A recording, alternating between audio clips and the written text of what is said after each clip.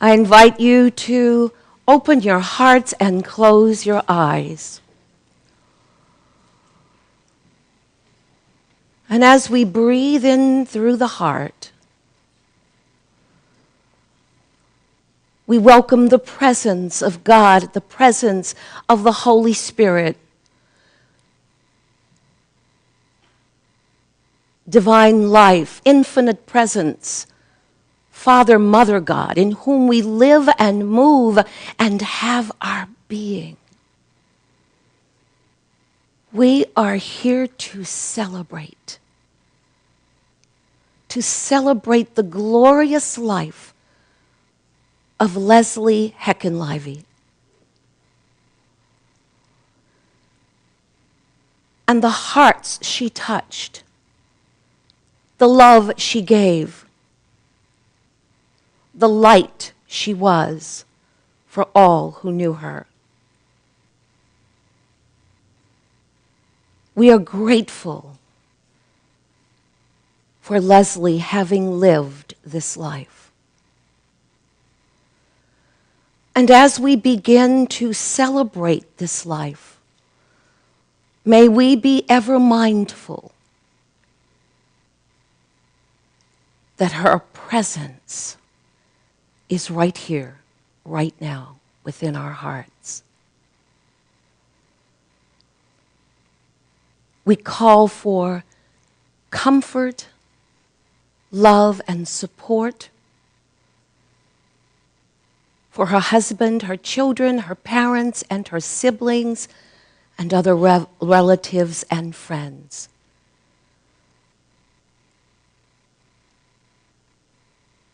We open to experience the love and joy that everyone felt and now bring to this service. And so, God, we thank you in advance, for we know that even before we have uttered a word, you have heard us. Thank you for a wonderful celebration of life service for Leslie Heckenlively. Thank you, God, so much for so much. And so it is. And together we say, Amen. I would like to invite the children to come forth to light the flame of remembrance and the recitation of peace.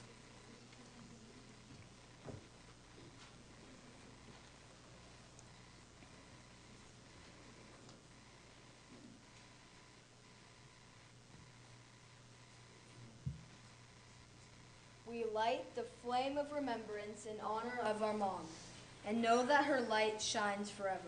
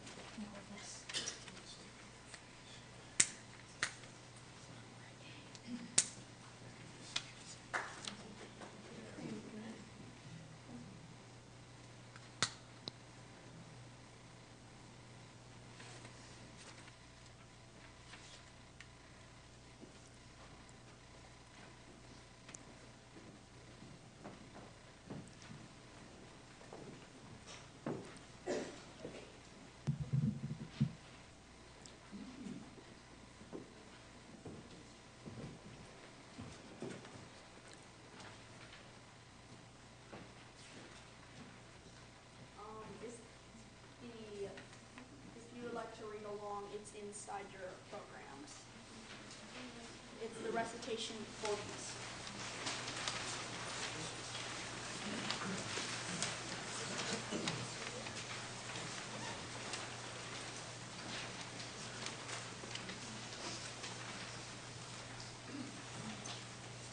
I offer you peace. I offer you love. I offer you friendship. I offer you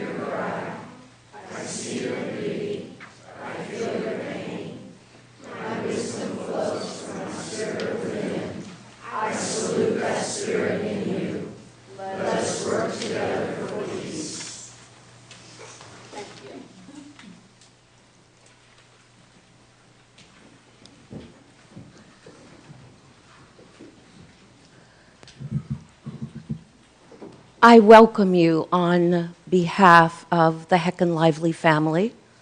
My name is Sheila Gautreaux. I am assistant minister here at Unity of Walnut Creek.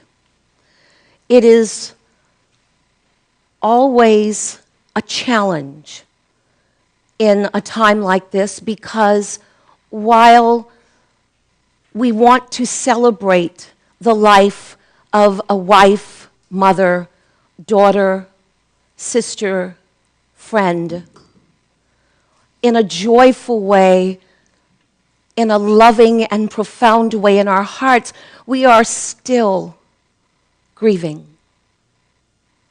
And so we are on a simultaneous path today. While we honor and recognize the grief of all of you and of this family, we also know that there was a light that shined on this planet that touched each of you in some way, or you wouldn't be here today. We know that for each of you, Leslie was special in that way that could only be individually. And so we invite you to hold that grief in your heart and allow it to work its way through.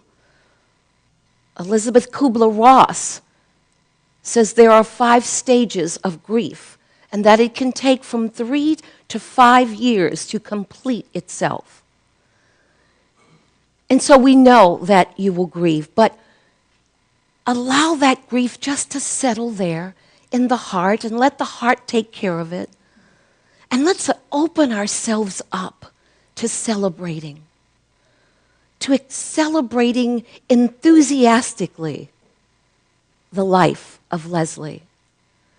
For I can imagine that the presence of her in spirit is smiling on each of you and excited to hear what you're going to say about her. And so welcome. Be with your experience today. We will follow the order of service as it is written in the program.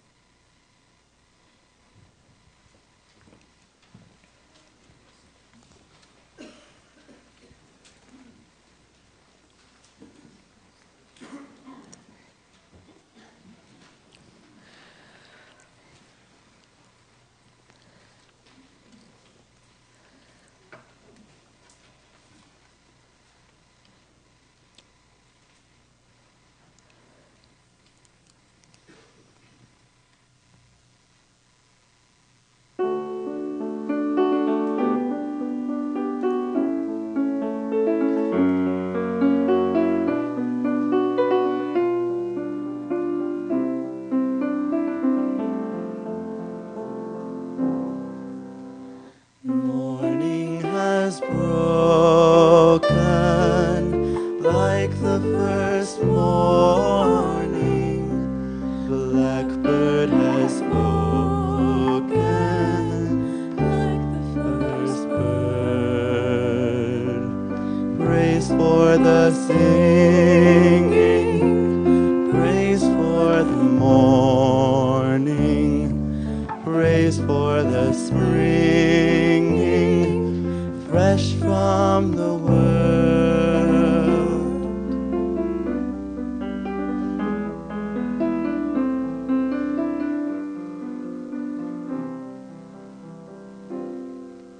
Sweet the rain's new fall, sunlit from heaven, like the first dew fall on the first grass. Praise for the sweetness of the wet garden, sprung in completeness where her feet passed.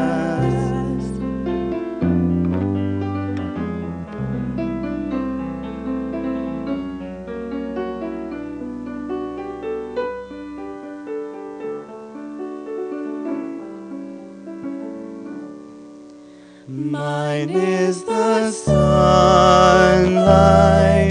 mine is the morning, born of the one light, Eden saw play. Praise with elation, praise every morning, God's recreation of the first day.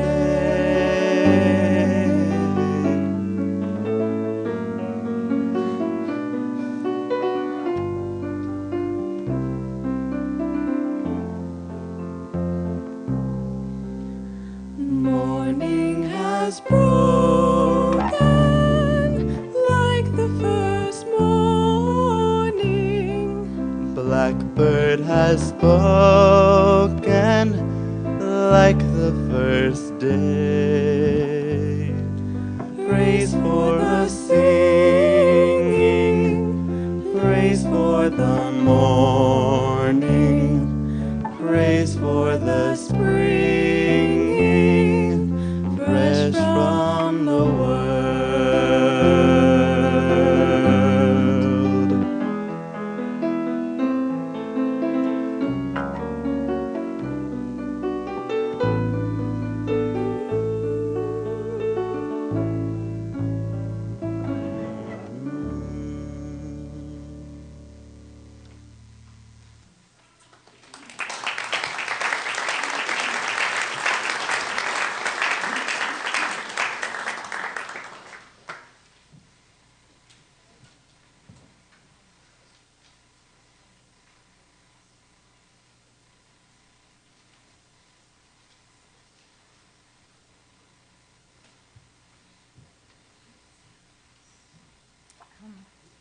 I'm going to read a poem called The Summer Day. And this is a poem that Leslie chose to read at a memorial at a mutual friend of ours. And she was really brought to tears by the poem. And so I've chosen it for Leslie.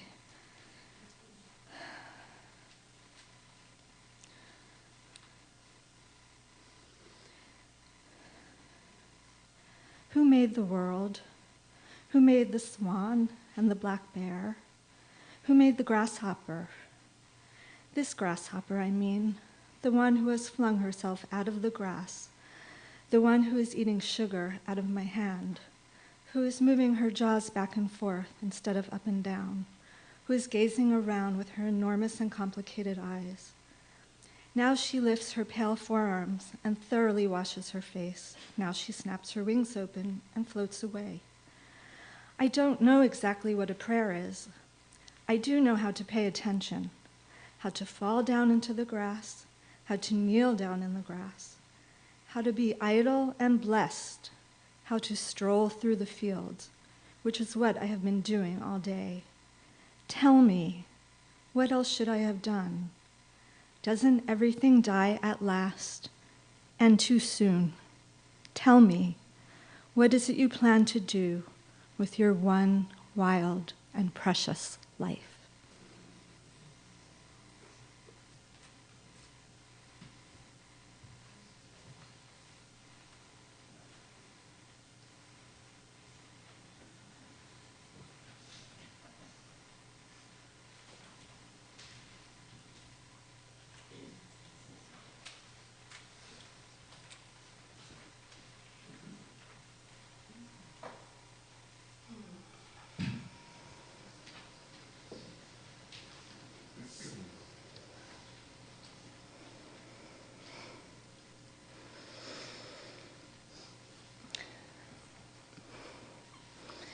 It's wonderful to see everybody here.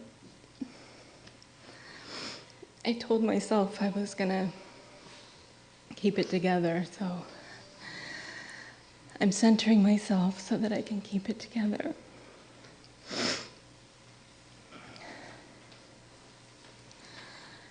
How do I begin to describe 47 years with my sister, my dear and best friend? As I have meditated and prayed in the days since Leslie's passing. What comes to me is an overriding sense of unconditional love.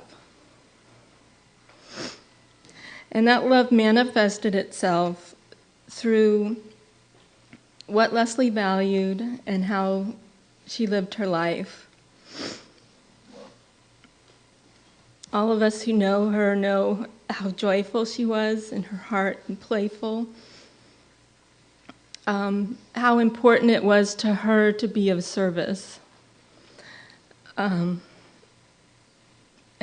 hers was a journey actually over many decades of healing.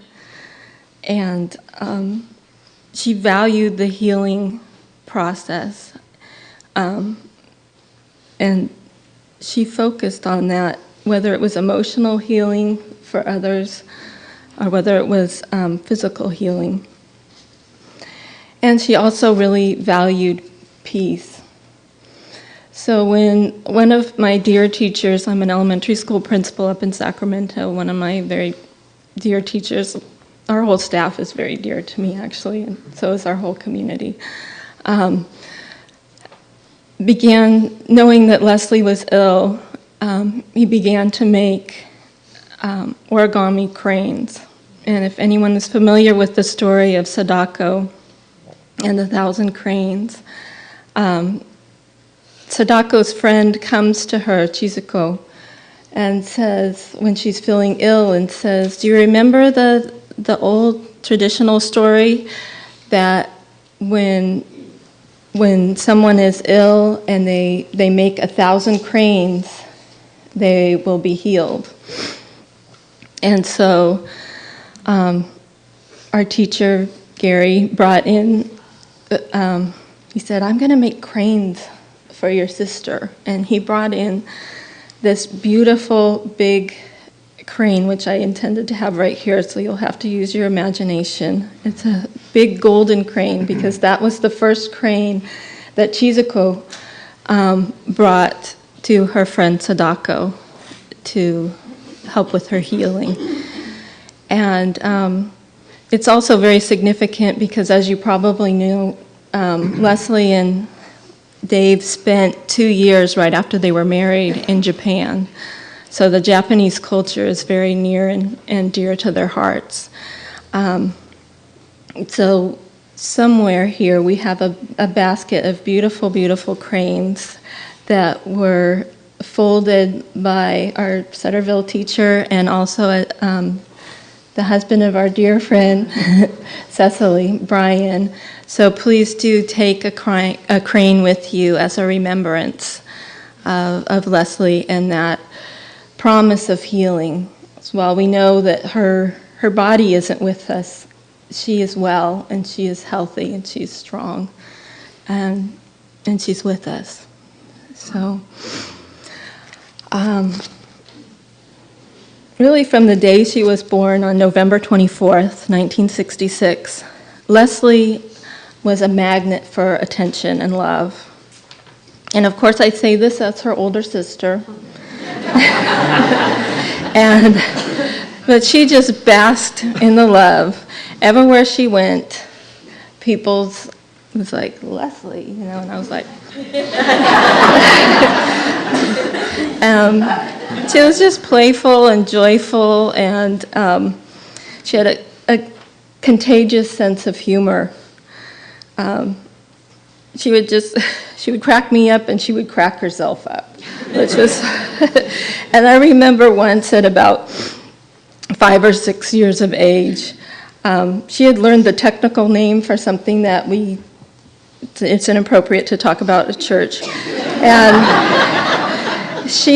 we were in a department store and she was dancing around, the aisles, just singing at the top of her lungs and chanting, just to see, she was in her own world and she just wanted to see what everybody would say, So she was that kind of joyful, playful spirit. I also have very fond memories of standing in front of the bathroom mirror as kids, practicing all the different goofy faces that we could make. And there's one picture that actually was taken at my son Michael's 17th birthday in Sacramento with us making silly faces, because that's what we did together, and we had the whole gamut of silly faces. So Leslie's love did have the side of silly playfulness, and one of the biggest laughs I got from her in the last couple of months was when I commented that we came from a long line of dorks, and so, and she said, yeah, so she liked that. So another side of Leslie's love was that we used to call her Safety Girl, because she was a ferocious mama bear and always wanted to make sure that children were safe. She would tell me, I mean, when I found something that I thought was sometimes a great time saver or something, she'd say, well, you know, it's really not good for the environment, or, you know, it's really not. But that was very, very important to her, and health was important to her. So we call her Safety Girl. She had a deep caring, that was another part of her love, a deep caring for creatures, large and small. She rescued feral cats from dumpsters next to the Trader Joe's, and it sometimes went to a little bit of an extreme when she would save spider webs because she didn't want to disturb the spider habitat in front of her house. But she had that very deep caring for children and for loving things. And she had a deep sense of service. She was a person who, now I'm having trouble with my verb tenses, which she would also help me with, because I want to use the present tense, and as an ESL teacher, she would tell me. A deep sense of service towards family and towards her community. As a board member of the school that she cared so deeply about, the week that she became ill, even the day, I believe, she was still working on rewriting or editing the charter so that they could become a K-8 school and expand to 7th and 8th grade. And that was something she cared very, very deeply about. Never wanted anyone to feel pain, which meant that when I called her late at night, she always answered the phone. And her words to me would be, "That's okay. This is worth losing a couple hours of sleep," you know. And that's the sense in talking to other people, as I was so completely amazed by the love and support of this community. Family and friends are amazing, amazing.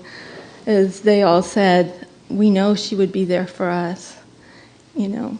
So other things that she loved were lots of color, which is why we're all dressed in colorful clothes. She loved artwork. She created her own photography, her own pottery and glasswork. And Leslie's a foodie, and she always loved good food and learned how to cook good food. So I would like to express just very, very deep gratitude to the friends and the family and the support and the help and the time and the work and everything through this almost 9-month journey for Leslie. The generosity is quite overwhelming of Team Leslie. Go Team Leslie. And we've decided that we're going to continue to meet as Team Leslie. We spent so much time together. I don't know if there she is. Our beautiful Patricia, who took such wonderful and loving care of Leslie. I love you too. And every day when she would come in, it was like a breath of fresh air and generous energy, and she would say, "Leslie, you are loved." And that was just so perfect for Leslie, because that was what she exuded as well, is that unconditional love. So she and Patricia were buddies, our buddies, right? And Cecily, of course, thank you so much, and Allie, and Lisa, wherever you are, and Cheryl, just these amazing, amazing, amazing friends. And you'll see a lot of pictures of Karen Singer Henderson, who was Leslie's very dear friend as she was growing up, and also passed in, now I'm forgetting whether it was April or May, so I know they're together again. So I'm just going to close with the last words that I said to Leslie. I said, "Leslie, we will always be sisters.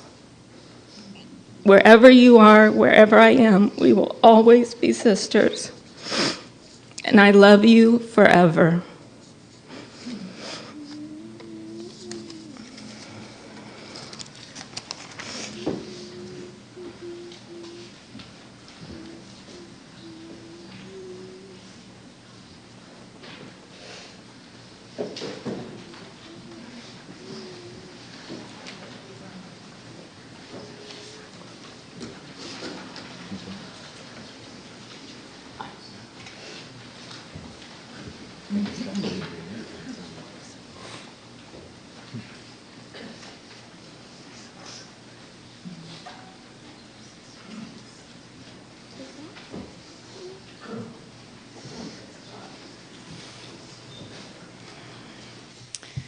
I'm very honored to be up here to sing this song.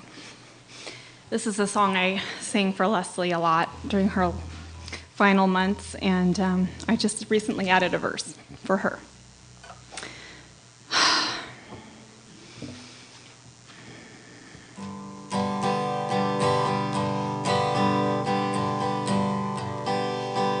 Days gone by have turned into years. Dreams of my youth are lost in the wind.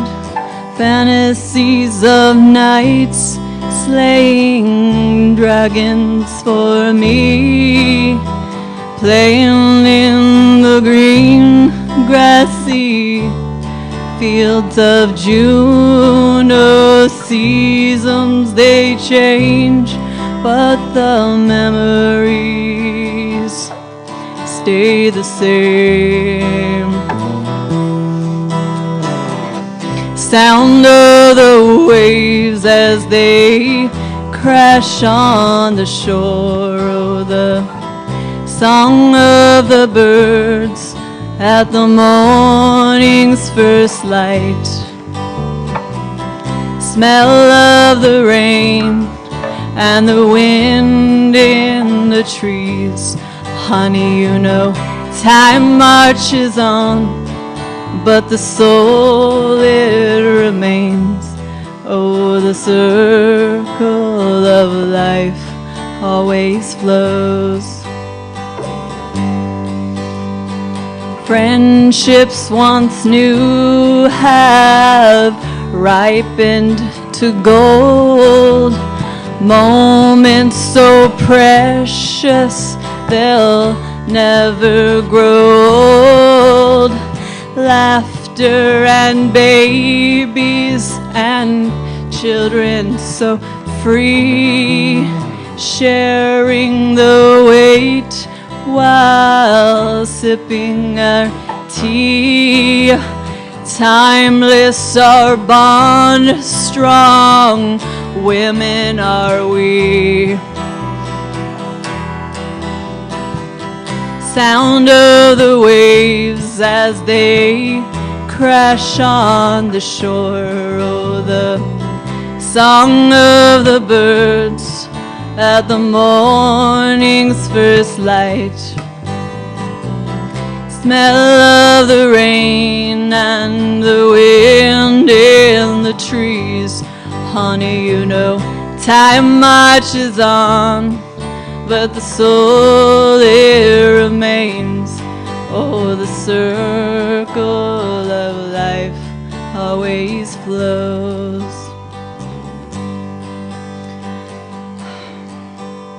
Now it is time to say goodbye. Please look past these tears in my eyes. One day our paths, they will cross again. Embracing my life, I'll just wait till then, because love never dies, it just changes form. Sound of the waves as they crash on the shore. Oh, the song of the birds at the morning's first light. Smell of the rain and the wind in the trees. Honey, you know, time marches on, but the soul it remains. Oh, the circle of life always flows. Oh, the circle of life always flows. Thank you.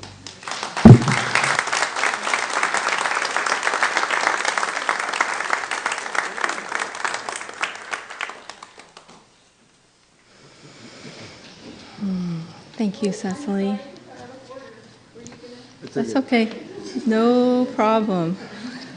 I was ready to step down and take a deep breath. I was just in divine order. So a prayer that's been very special to me and also was very special to Leslie, and you'll see in the gathering room there's a piece that she did in calligraphy, was the peace prayer of St. Francis of Assisi. And the words are on the back of your program. But to me, that's really, it embodies who Leslie is. It's also how I try to live my life. Lord, make me an instrument of your peace. Where there is hatred, let me sow love. Where there is injury, pardon. Where there is doubt, faith. Where there is despair, hope. Where there is darkness, light. Where there is sadness, joy. O divine Master, grant that I may not so much seek to be consoled as to console, to be understood as to understand, to be loved as to love. For it is in giving that we receive, it is in pardoning that we are pardoned, and it is in dying that we are born to eternal life. Amen.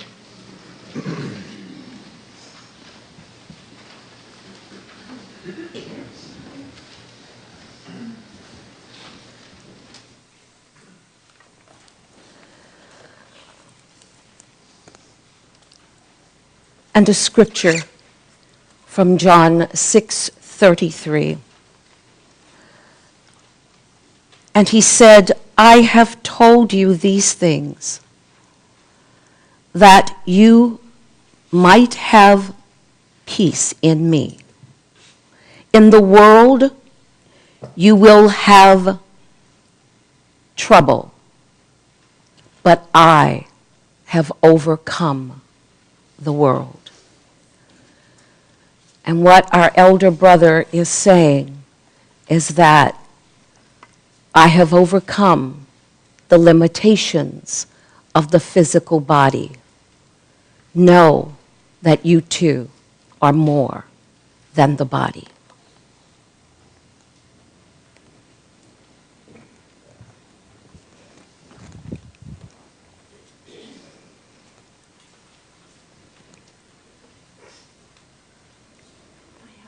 Poem that Leslie wrote as a teenager, and I believe it's on display with her beautiful artwork. It's called I Sit Quietly. I sit quietly in the dew-moistened grass. I wonder who I truly am and who I'm trying to be. The cool, fresh, gurgling brook hurries nearby. It is like me, rushing by, not knowing where I'm going or what I really want. The sun begins to creep over the horizon, changing the sky to beautiful colors and giving me back my confidence. I am still and have found my center again. A butterfly with delicate wings pauses for a moment, then dances away, higher and higher. It is like me now, free to be myself and live.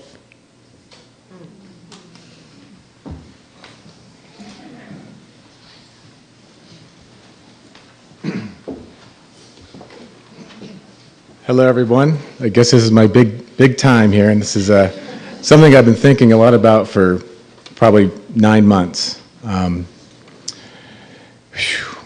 got a speech here, but we'll see how it goes. Yeah, it's really been a 9-month journey, and one of the ways I came away, thinking about it and feeling it was, and understanding a little bit more about life and death is I guess it's sort of a gestation process for the soul, maybe all of us, even when we're alive. And Leslie went through it really tangibly right in our presence as her body was cocooning for her transcendence. and we had the pleasure and the gift of being able to give her those 9 months, whether it was love or food or attention or music, friendship, all the special things that happened over 9 months I could never put into words. But let me just tell you a little bit about the story leading up to this. So this may be too long here, but and as Sarah said to me, if I get nervous, be like SpongeBob and put the glasses on where everyone looks like they're in their underwear. So, whoa. Thank you, Sarah. And that says a lot about Sarah and Zach in this journey and how they've approached it. So it was at a 50 kegger party at UC Davis where Leslie and I met. Liz might remember those days. On January 11th when this started, it was it's still overwhelming, but it was so overwhelming, I can't tell you. My head was really going to explode, as people around me could see. But it was about 2 or 3 weeks into it, and I was just feeling every emotion you could, powerfully. I started to dawn on me that, as there's a lot of projection and all these things about how horrible this is, I started to realize this is a love story, and it's the most meaningful love story I ever could have wished for in my lifetime. Because everything was impacting me personally, the nurses, the people, sometimes not always positively, but there was a love I was feeling, and I realized that's less. Less was like that all the time, pure love. like Lori said, unconditional love, which my friends at Open Sky have told me before. Norman said unconditional love is isn't that it? And I think Leslie, for me, was someone I married who was just pure unconditional love as a person. And what is more safe than that? And giving. So I'll try to scoot through this, but we had a most tender sort of courting period at Davis that you could imagine. Long-term going out and breaking up, and I think one of the things that maybe I'll give myself a little credit for with Leslie is, as I got to know Leslie, there was a time when the snail was crossing the road. It was about midway, going to get crushed by an oncoming walker.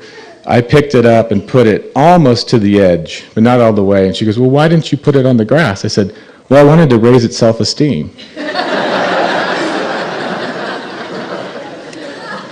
The therapist coming out of me.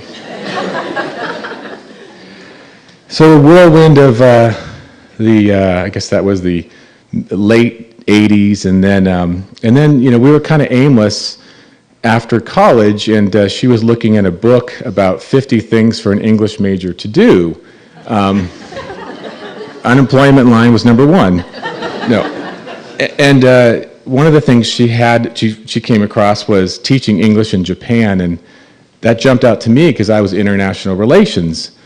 And a lot of the reasons why I was international relations was because of Leslie and her family's influence on the peace movement. It wasn't really in my mind to do that. It was the influence of Wayne and Mary and Lori and everyone else on me and Leslie to think of that as a thing I would want to do. So international relations, Leslie is an English teacher, going to Japan, and I wouldn't have gone on my own. Absolutely wasn't the type of person. But with Leslie, I was just on fire. I was motivated, excited, took a risk because I had the safety and the pure love around me, and you can't fail with that. And that same kind of wave or momentum carried us into grad school. San Francisco State, as my dad taught for many years. Wonderful school.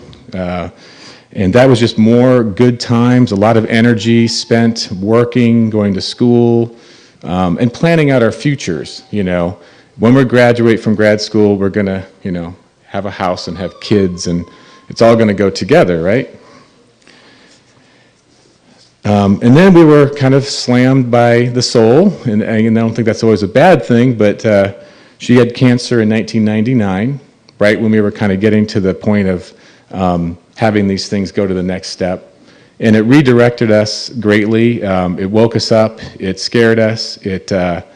Leslie was reading things, a book called Cancer is a Turning Point by Lawrence Leshane, and it woke her up to her life in a new way that was very deep.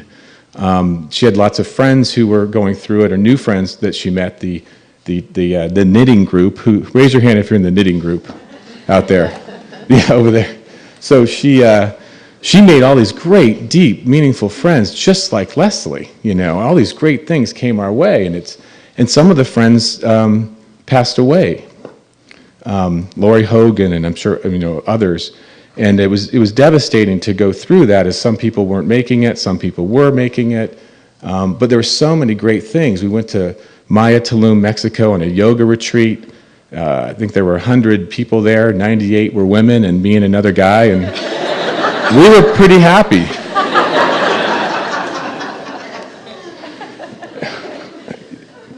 And then there's so much in this that I can imagine people are thinking or feeling, but with Leslie, I felt like it was just an amazing run from 99 to January 11th, 2014.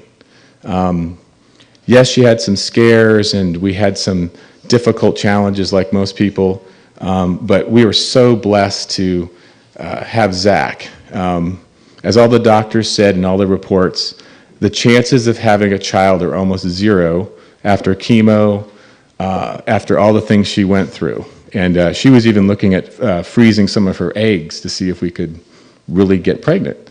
And then Zach came, and it was a miracle and a blessing, and it went so well. And She even had a scare in the hospital while pregnant, if people remember. But Leslie, the most amazing person to not complain and to deal with it, and then to get right back to her life. I really want to emphasize the not complaining. We all complain, but she really didn't. She had hard times with people and was down on things, but she'd be right back with you if you were there with her. And I was putting down here something about health. I felt like Leslie had the best sense of health that I've ever met, because of the safety, because of the washing your hands, everything across the board. It might have annoyed people or been over the top, but I valued that in Leslie so much. I respected it. I knew I was wrong most of the time, like a lot of guys have to realize they are, but I really valued her core principles, and that was all I needed. Well, then the hero's journey began on January 11th, or at least a new version of it. And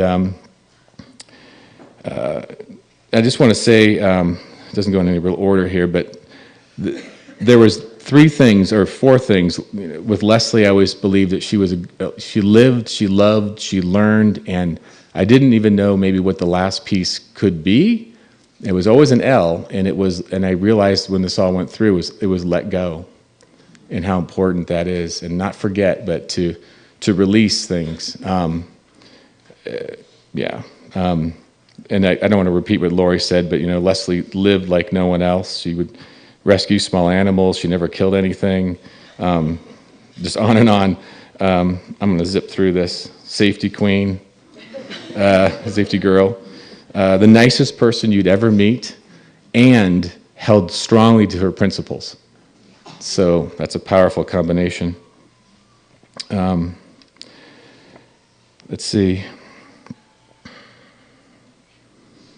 Yeah, I just want to say, well, what really comes across in this experience for me is all of you being here and all of your influence along this journey. I mean, every one of you here did something or had some part to play, or even if you didn't, you were caring and you were sending good vibes, and that is really what got me here to this day. I can guarantee you, if we were on an island and this happened, I don't know, where I'd be. But I want to come back to, I think a huge part of what Les is about is something I want to honor by saying this last piece about things is she was a pure giver. She would give all the time, whether it be her time, her thank you note, which she couldn't keep up with because she wanted to give you all a personal thank you note, long. Living in Japan was great because they're really big on omiyage, which is giving. But what she gave me and gave us, it's like I'm left with a treasure, a castle of riches right now, without the person who, in a sense, brought it all. And I want to start with Zach. Zach has just been on fire through this experience. It's been hard. It's been painful at times, but I've seen him just catch fire with his own passion and obsession with Minecraft and creating a YouTube channel and having subscribers. And he's got over 1,000, or he's going to be approaching 1,000 views. He has it set up on an account where you get paid automatically for having views. And he's so mindful of his future and his interest. A lot of people might say, well, that's, it could be a problem if you do it too much. But just to see him so lit up and determined, which is so much like Les, I'm just so proud of you. And how you've supported me, your sister, the family. I'm just in honor of you and just amazed. So thank you, Zach. Sarah. Well, as I was telling her what I might say, she was definitely correcting me. But in a good way. As I put down the play date queen and Leslie's positive attitude, she's such a giver. Don't be surprised if when you see her, she'll have a gift wrapped for you within seconds. She'll find something in the house, rocks, or, she'll put some of her money in it, and she'll wrap it quick, And then she wanted me to put down, what was it, Sarah? Toys? What else? Was there something else? Art, right? toys and art she loves, and she's just had such a great, I mean, there's been so many great moments the last 9 months, and obviously way before then. And Sarah, you're really special to me and the whole family. And I want to thank you so much for being so loving and understanding, and if anything, she's probably tried to help us out more than we've had to help her. Thank you, Sarah. I'm sure I'm taking so much time here. Well, where do I end here? I want to. This is thinking about less. Again, that's always my default. About less. Team Leslie. I got to go through this because this is just an amazing group of people that helped in so many different ways. And hopefully, I don't miss anybody. In no major order here, but I do want to make a little order. I'm going to start with Cecily Underwood. Stand up, please. I'm sorry, but I'm the captain of the ship a little bit longer. I deem myself a captain of a ship that was really going to sink. I mean, that was the terror of the first couple months. I can't tell you. It still doesn't feel like I'm out of the woods, but there was such a movement of people that liked me, I guess, but they loved Leslie, and they really mobilized. And it was so nonlinear in how it happened. There was no way of knowing who and when and why, and I was clueless about a bunch of things. And Cecily stood up and helped, in just every way I can think of. And what I think I needed was, people who were, honestly, this is just being blunt, who were competent and confident in dealing with an extremely hard situation. I didn't have any, not that I was competent and confident, but I just realized there's just no wriggle room right now. You gotta do a bunch of things, and it's way too much to do. So thank you so much, Cecily. There's a lot more to say about you. Patricia, over there, the rock of the Heckenlively home, so wise and guiding me all the way through the process up until the last few days, talking about what will happen or could happen or how it will happen, and preparing me. And maybe sometimes we were a little bit ahead of ourselves as things weren't so bad necessarily, but she knew that I needed to stay on track for the family's sake. I could go on and on about Patricia, but thank you so much. I love you, and you're a big part of the family now. Yeah, and Leslie's last week with us, at least she's with us now. I was playing a song called "Let Her Go" by the band Passenger, and I love the song and the lyrics. And Patricia said, "Well, that guy sounds kind of like an elf," and then Leslie laughed out loud. There wasn't a whole lot Leslie could put out or transmit in this process, which you may not know about in terms of her condition, but she gave even 2 or 3 days before she passed, as I was trying hard to feed her and not giving up, and with a straw, some water, you never know. You never know what's going to happen. She knew I was trying, and she came with her arm and she scritched my arm in a way that was pure, like either it's okay or you're trying, it's okay. I mean, just, can you believe that? I'm going to say, Lori, for you, your rational mind was highly needed, and composure and coming to help and with the kids, and I put you through a lot of rocky, fierce waves that I was going through, and I was just trusting people would be able to understand. But thank you, Lisa and Allie, and you guys, Lisa coming every Friday for a long, long time. I mean, that was just amazing commitment and dedication and love for the family. Abby and the knitting group, and Liz O'Hara for helping set up this Give Forward fund, which really did keep us afloat, and all the medical smarts, and helping us with the actual treatment side and with the doctors and so forth. I mean, without them, we would have been all clueless more. Nelson, Lori's good friend, he went through this 2 years ago with his own wife. So to have someone around who actually been through it and could say, this is what it's going to be like, or, wow, he said once to me, it's second to being chased by Godzilla. So that helped me just go, okay, that's what you're getting. And again, Leslie would want me to thank these people because that's what she's about. She wouldn't want me to talk about her the whole time. And let's see, Maya and Michael, big thanks for you on so many levels. Your singing, of course, was the most recent thing, but just your energy and your presence. Michael being there the morning when they said to me, and they're sort of a bureaucratic and I guess legitimate healthcare concern is have you signed the do not resuscitate? What a moment, right? And I said no, I haven't yet. And Michael was right there at 2 a.m. when I signed the thing. And right, Michael, remember? Yeah, I'm so glad you were there because it's not a good moment to go through. Maya, for staying, for all the things you've done, but in particular recently staying for that whole week, just a week ago. I was so wobbly, you wouldn't believe it. And she was just there, not talking a lot, helping out. I mean, I so value and love you, both of you. And then, let's see, Don and Marilyn, for coming so often and understanding a lot of what we were going through and caring about us and helping financially. I will even say that bluntly because it made a huge difference. And I really, whether someone helped with that or not, I always felt a big opening of my heart. But the fact that you guys, that was just unbelievable. And you guys being there with our family, showing up routinely over the course of 9 months, and just your spirit and your strength is great.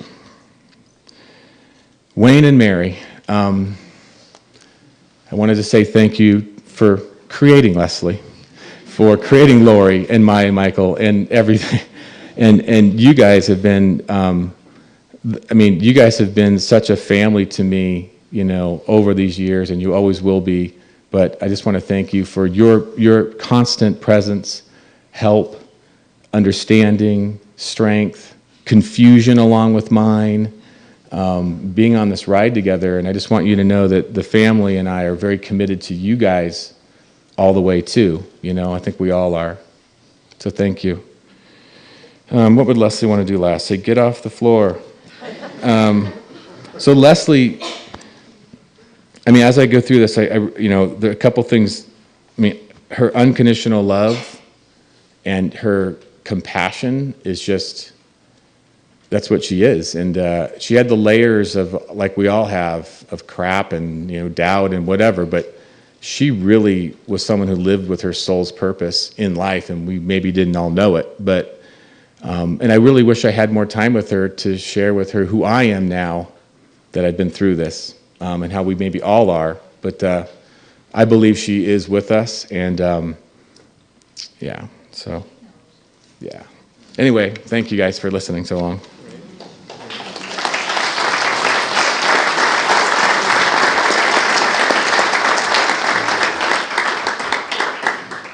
We invite you to sit back and experience a video journey through Leslie's life, followed by a song, and then we will open the floor for sharing by a few of you.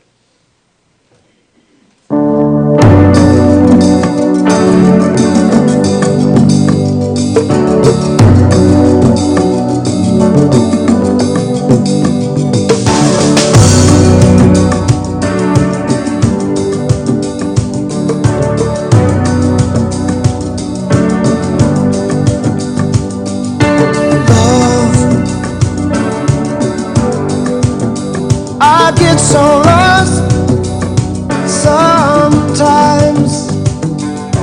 Days pass and this emptiness fills my heart. When I want to run away, I drive off in my car. But whichever way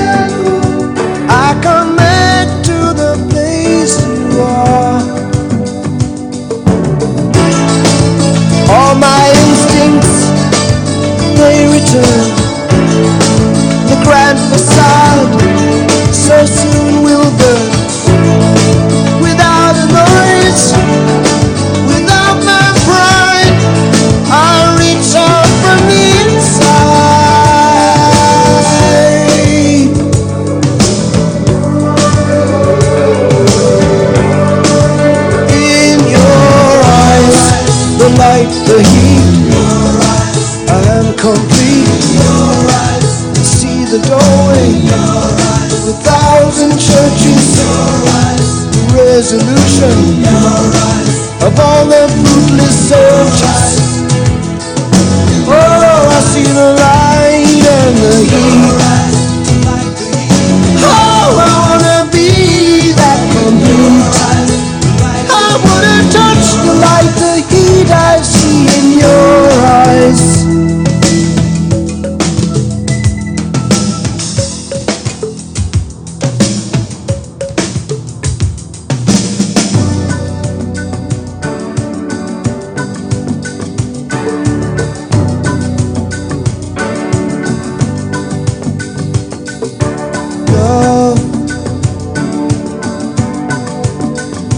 I don't like to see so much pain, so much wasted, and this moment keeps slipping away. I get so tired working so hard for our survival. I look to the time with you to keep me awake and alive. And all my instincts, they return, and the grand facade so soon will burn.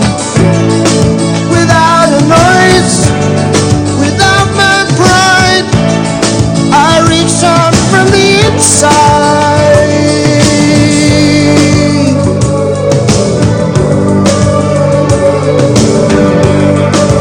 In your eyes, your eyes, your eyes, in your eyes, your eyes, the light, the heat, your eyes, I am complete, your eyes, see the doorway, a thousand churches, your eyes, the resolution, your eyes, of all the fruitless searches. Oh, I see the light and the heat. Oh, I wanna be that complete.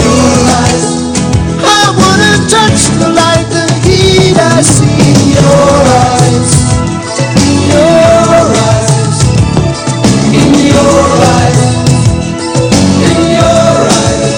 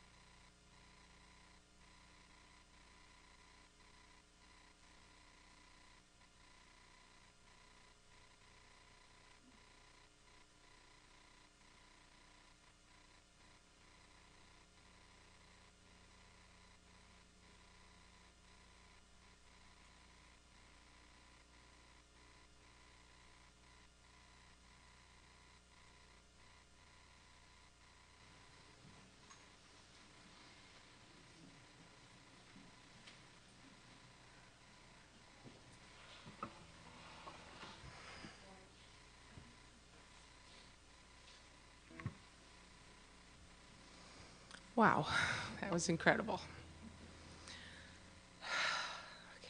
Okay. So, this song started to come to me when I was in Bear Valley, which is a place that my family and I love, and it's very special to us, and it's also a place very special to Leslie and her family. And it was this summer, and of course Leslie couldn't be there. So I was thinking of her and sending Bear Valley to her.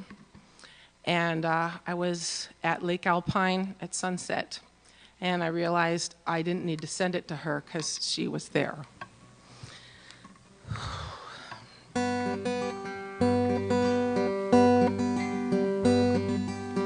The lake is calling at the end of the day. Colors paint the sky as the sun melts away.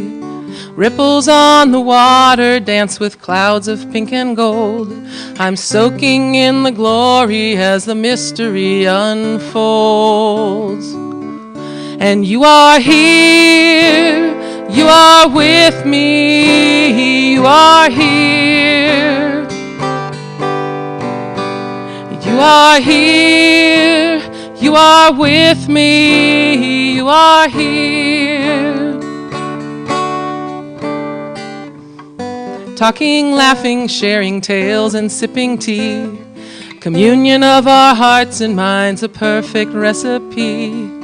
Gallivanting kids are playing games they love so much. And with every whoop and holler, and with every mother's touch. You are here, you are with us, you are here. Join me if you want. You are here, you are with us, you are here. In a smiling face, in a warm embrace, in the twinkling of a star, you are here. Ooh.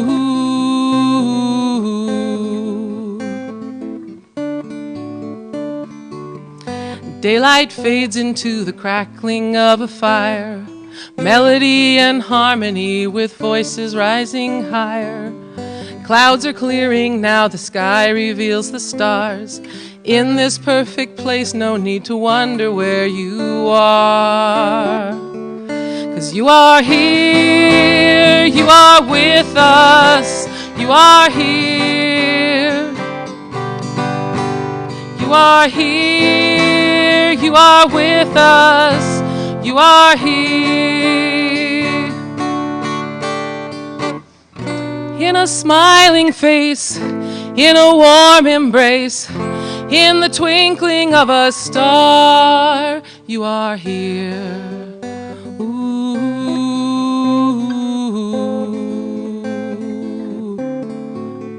You are here. Ooh.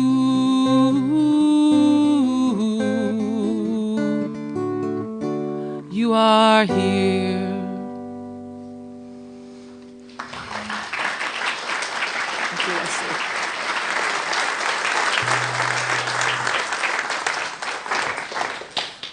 Thank you, Lisa. So at this time, we would like to create a time of open sharing. We have 12 minutes. You will have a lot of time to share at the reception following, and we hope that you will join the family for lunch back in the community room, and you will also have a chance to sign the guest book if you didn't have that opportunity to do so also. But if it is burning on your heart to share, we have Lisa on one side and Charlene on the other with microphones. If you are comfortable with coming up to the front, we invite you to come up to the front. If you prefer to speak from where you are, if you raise your hand, one of them will come to you and bring a microphone. And we have 12 minutes.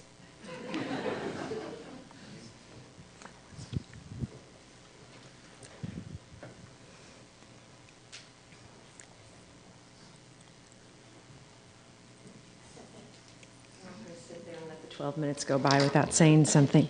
And I will make it 2 minutes because I read that, or less. I didn't do the knitting part of the knitting group, but I'm part of the support group that we all met 17 some of us 18 years ago, in a cancer support group. And since then, I drive with Leslie, usually me and her, because we're the East Bay girls, and drive out to meet everybody. Some people have said to me that because we have been through a lot of these, too many that I would like to admit, but some people say, how can you still be in that support group? We usually meet for funerals, or we meet once a year, all of us together. And I am so blessed and so honored to be part of these women's lives and Leslie's lives. I just want to say, it's hard sometimes, but there is nobody I'd rather call my family than the support group that we get from these women. And you'll always be with us. Thank you.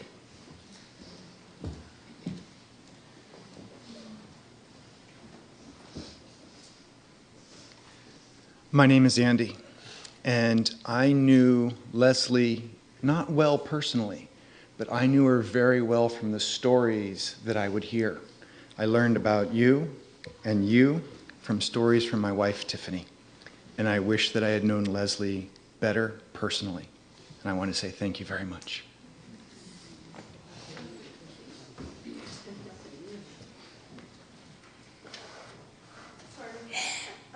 Sorry. I'm Diane. Sorry. I'm Diane Underhill, and our families were very close. Oh God. When I was a kid, and Lori was one of my closest friends, and Wayne and Mary were like second parents. Mary was my mom's best friend, and so we did a lot together as families. And I'm so grateful. Leslie was the best little sister ever. You know, most of my friends' little sisters, I really didn't care whether I saw her or not. But Leslie was one of us. We had so much fun, and I was so jealous of Lori and Leslie's relationship because they loved each other so much all through growing up. You know, they'd get mad at each other, and then one or the other would be pushing a note under the door saying they were sorry, you know, and stuff like that. And it was so beautiful. And I was just remembering when you guys sang Morning Has Broken, I was just remembering going up to the cabin with you one time and riding in the back of my dad's truck and singing Cat Stevens and listening to Chuck Mangione and singing with Leslie and Lori. And then when we got up there, this stray dog was following us around to the lake and stuff, and we started calling him Moon Shadow. Do you remember? And so we were singing I'm being followed by a moon shadow. And Leslie was she was just so amazing and such a light. And I'm so glad to have had that time with all of you. I'm sorry.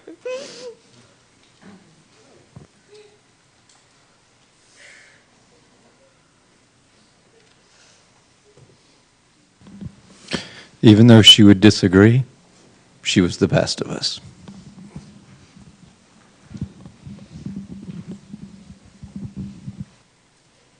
I'll see if I can say this. My memories when I think of Leslie is when we visited her in January. She was in the hospital. She'd just come out of ICU.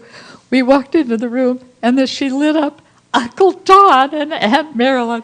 She was so excited, and that's what I keep seeing in my face, in my visions.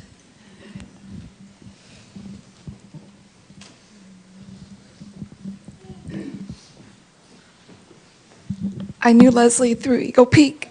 I'm the principal there, and the things that she contributed to our school over the years and everything that she has given, it doesn't go away, and we thank her and the contributions, and you guys are our family, and I don't know what else to say because it's hard to be up here at this time with you guys, but thank you. Thank you for sharing her with us. Hi. I knew Leslie from Eagle Peak as well. She contributed to the school in many ways. She was always helpful to everybody. She always had a smile on her face, and she would never let anybody down.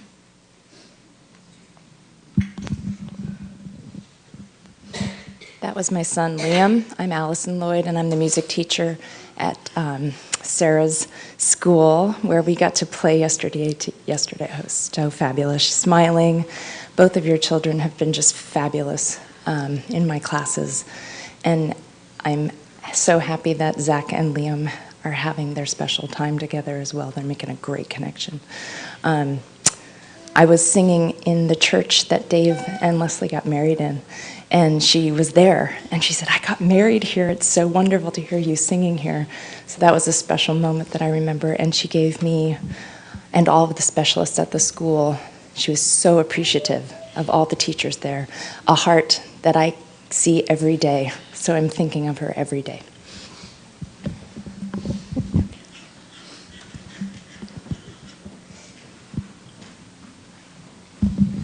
This was a giving family, a huge giving family. I knew these people. The pictures that were up there, when I saw those, that was the time that I knew them. This was a family that marched against nuclear power, did a bunch of stuff that we were children of the rainbow. We did the 70s crap that was great. But listening to Dave talking and thinking about giving, it's not just her, it was the whole family.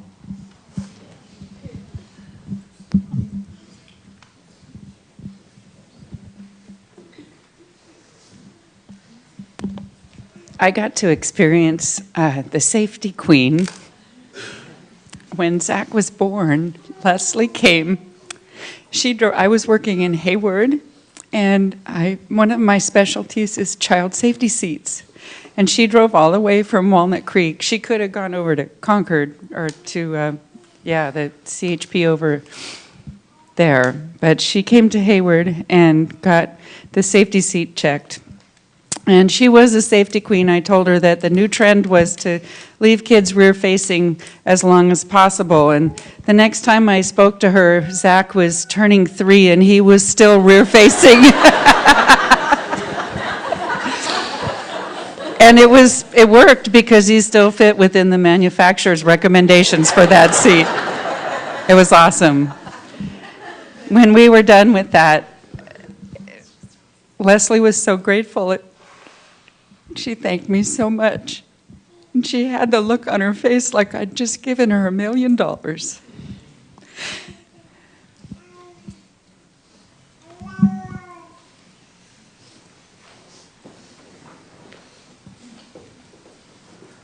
look like this is going to work out too well. I'll try. For those of you who don't know me, my name's Colin Cameron. I'm Don's kid. I was the one with the brilliant idea to, hey, let's quit college and play in a heavy metal band professionally. So, worked out pretty, yeah. Anyways, while everybody was sharing stories about the awesomeness of Leslie and Dave, I wanted to bring one to the table too. And when I was a kid, I was a really angsty kid. I know, big surprise.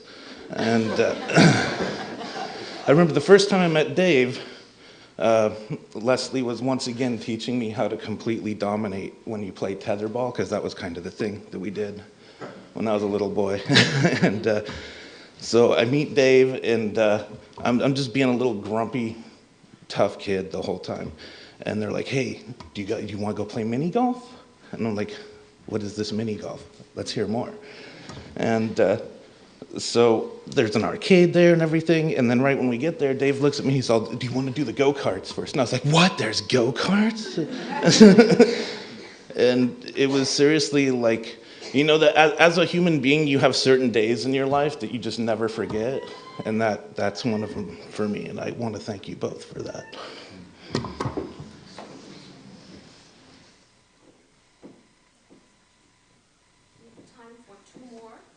We've got one here.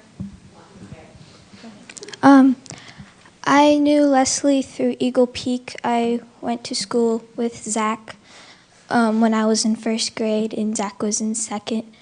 I remember she would come in every week at least 3 times or twice, and she would punch holes in the paper, and she would be helping kids tie their shoes and things. And just last year, we went on a field trip, and I was sitting up with her because there was full in the back, and I was helping her trying to get to the BART station.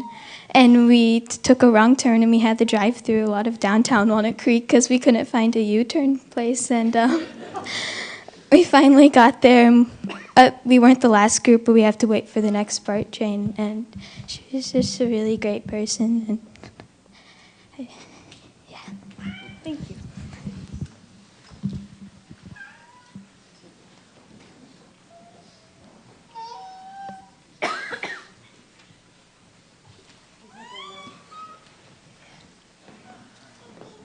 Way down here. Thank you. You know, when you come to this kind of thing, you think of a million things you want to say. And I see that it has already been said. And that you get it. Who she was a miracle. You know, we had prayed and prayed for a miracle. We wanted that big. I've seen them. I know they happen. I'm praying to God every day. We laid our hands on her. We did Reiki. We prayed out loud.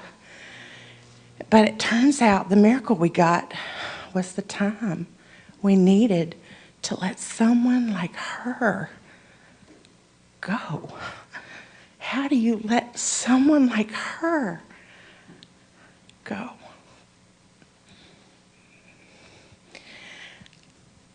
Since it's all been said, I want to thank David and his beautiful babies, who I adore, for letting me into your life. All of you, really. And I think my only contribution that I can say as her hospice nurse is that she was in no pain. That's something that you should all know. She was happy to the end. She was pure and loved and okay until the very end. No meds, no nothing. She was okay. And so I wanted you to all know that. And I love you, David, Zach, Sarah, Lori, Seth. And thank you so much for letting me be a part of your family. I cherish it, and I'd like to continue to be in your family, be your friend. That's all I have to say. Thank you.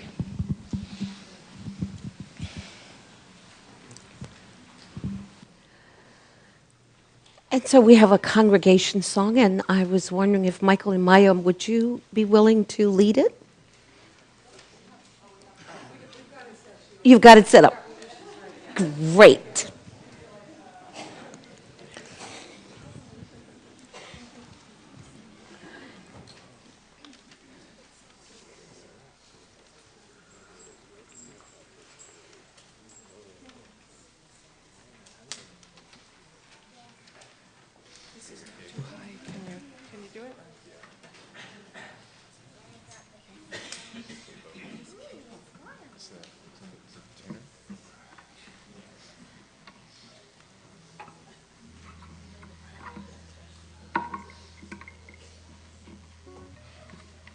So you'll see a blue paper in your program. Join us in singing You've Got a Friend for this person who was an amazing friend.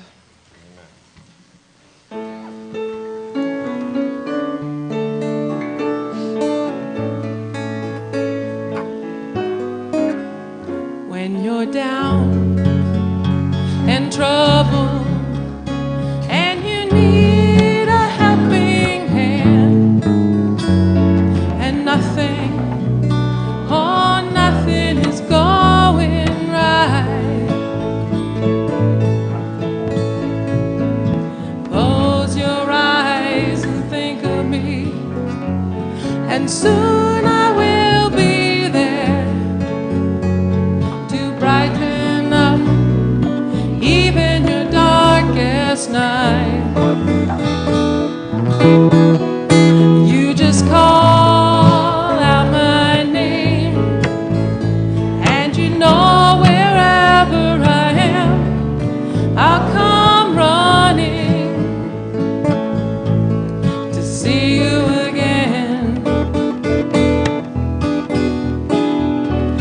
winter, spring, summer, or fall. All you got to do is call, and I'll be there. Yeah, yeah, yeah. You've got a friend.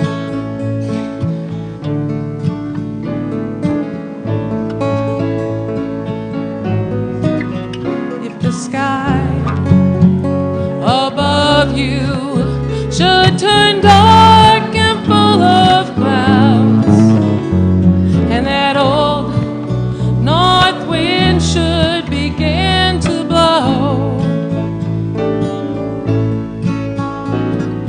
keep your head together and call my name out loud. Soon I'll be knocking upon your door.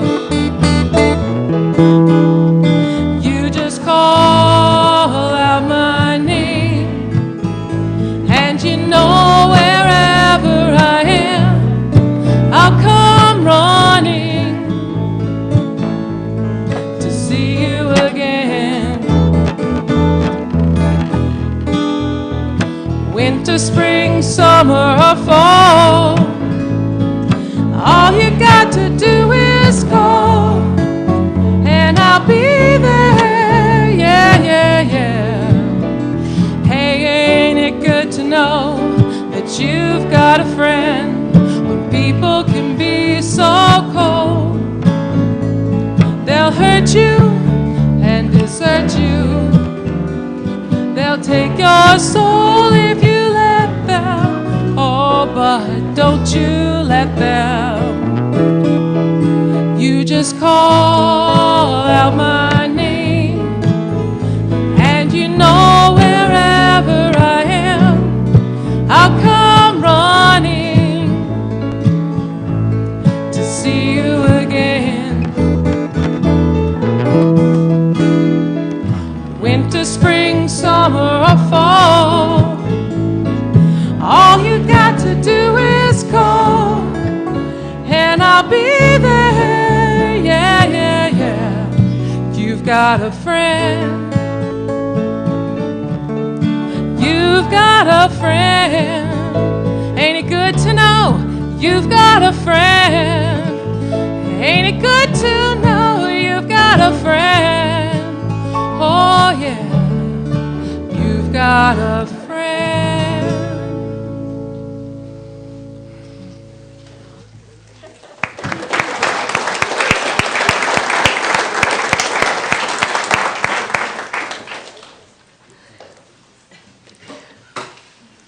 And so we will have the children to extinguish the flame of remembrance, and then I will close the service.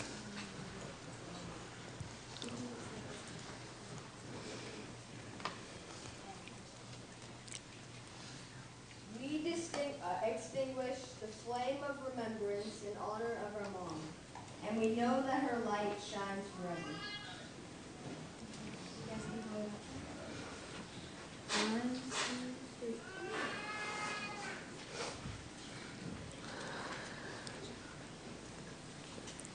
What a wonderful experience this has been, where you have had an opportunity to reflect on the life of an amazing woman. And so you carry with you in your hearts the eternal memory of all that she is. There's a poem by a woman by the name of Mary Fry, and it starts off with, "Do not stand at my grave and weep. I am not there. I do not sleep."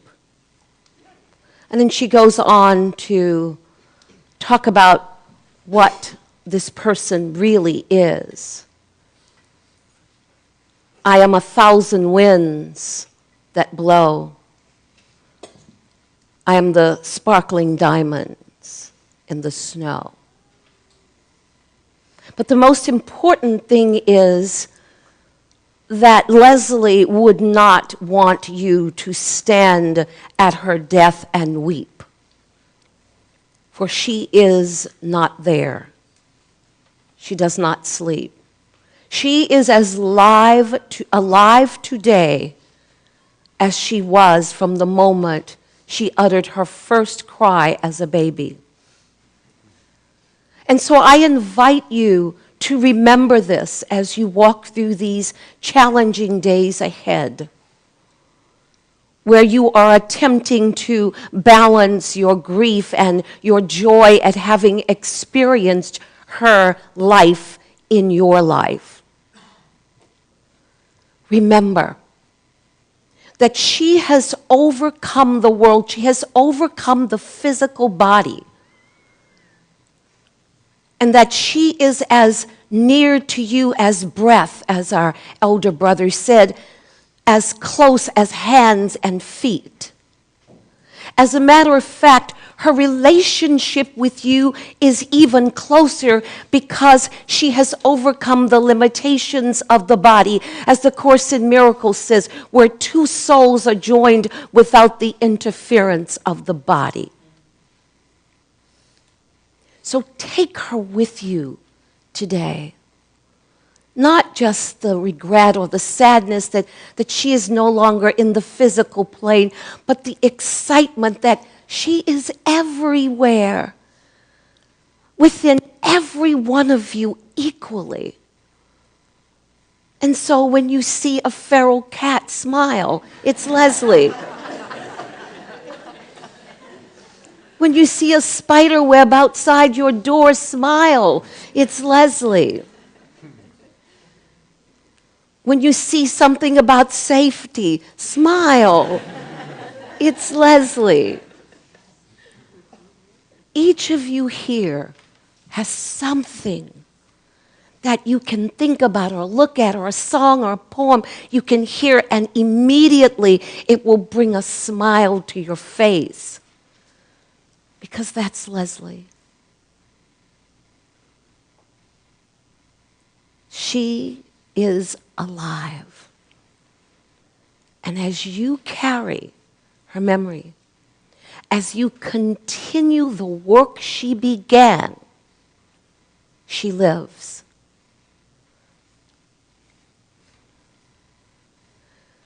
And Zach and Sarah, may your journey be one to carry the reflection of your mother in your heart, in your lives, and in the work that you do in the world. You are a living expression of her. And as long as you walk with her in your heart, she will live on and on. Don't forget her.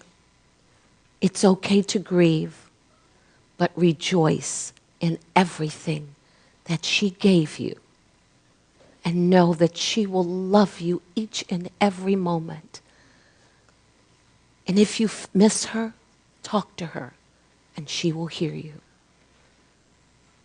Her love will always be with you. And Dave, the closeness you had with her, it does not end. Just touch your heart. And the moment you do that, you have touched her. Carry her with you. Remind them of her in case they forget. And the rest of the family, carry her into the world. Don't let her light go out, for it lives in each of you. And so, let us open our hearts again, close our eyes. Thank you, God, for Leslie Heckenlively. Thank you for all the good she brought to so many, as is evidenced by the many who are here to celebrate her. And may she continue her journey to keep her next divine appointment. In the name and after the loving nature of the indwelling Christ presence. Together we say, Amen.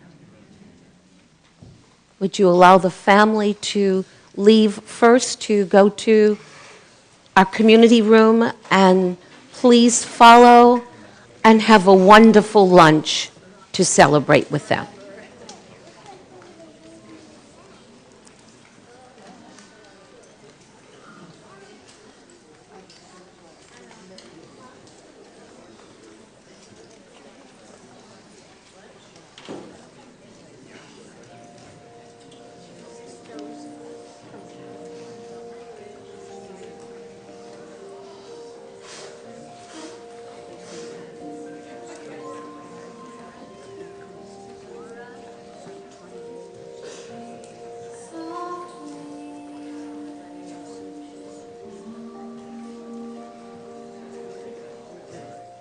Teardrops